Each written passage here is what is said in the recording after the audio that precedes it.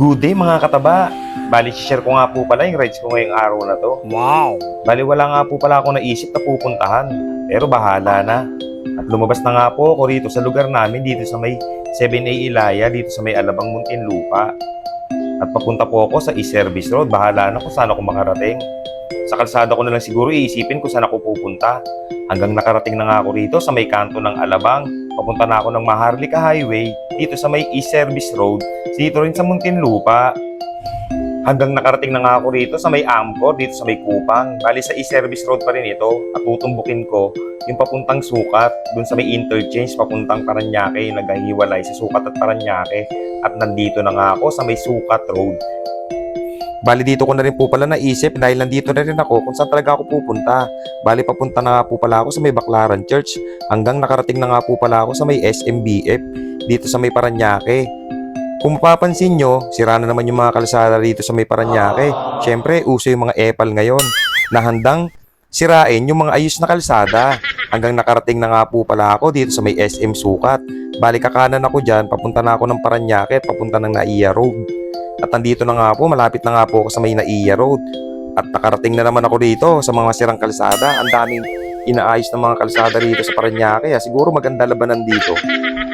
At nandito na nga ako sa may Naiya Road. Bali, malapit na to sa may Baclaran Church.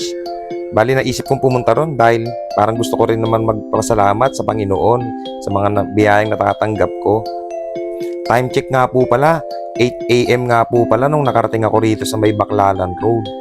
Bali, nandito na nga po ako sa may entrance ng Baclaran Church. Bali, papasok po ako dito. Bali, naisip ko na mag-stay muna dito ng konti at bumaba na nga ako ng bisikleta ko. Siguro magdadasal-dasal muna ako rito at magpapasalamat sa mga biyayang natatanggap sa mga paggabay sa araw-araw.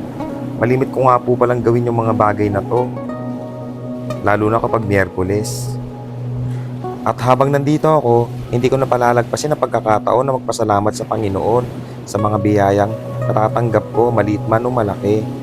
At syempre, karapat-dapat natin pagpasalamat yung kalusugan nating natatanggap. Sama amin. Aba, Ginoong Maria, napupuno ka ng grasya. Ang Panginoong Diyos ay sumasa iyo. Bukod kang pinagpala sa babaeng lahat, at pinagpala naman ang iyong anak na si Jesus. Santa Maria, Ina ng Diyos, ipanalangin mo kami makasalanan. Hello guys, Ngayon at dito nga po lang ako sa may Baclaran Church. Luwalhati sa Ama, sa Anak, at sa Espiritu Santo. Kapara noong una. Bali, nag-stay lang naman ako doon, siguro mga 45 minutes lang. At time check nga po pala, mag-aalas 9 na ng umaga at grabe na rin yung init. At nagpasya na rin po akong umuwi. Bali, binabagtas ko rito yung papuntang road sa may MOA. Hindi ko sure kung anong name ng road na to. Basta sa may Coastal Road. At pauwi na rin po ako ng mga oras na to. At matindi na nga po pala yung init at masakit na rin sa balat. Kaya kailangan ko ng bilisan para makauwi na ako agad. At habang nagbabike nga po pala ako ng pauwi, sa kalagitnaan ng init ng araw, naisip ko na masarap sa pakiramdam na pinagpapasalamat natin ang mga biyayang natatanggap natin, maliit man o malaki. At ako nga po pala si Nonoy Taba na lagi natin pipiliin na sumaya. Maraming salamat!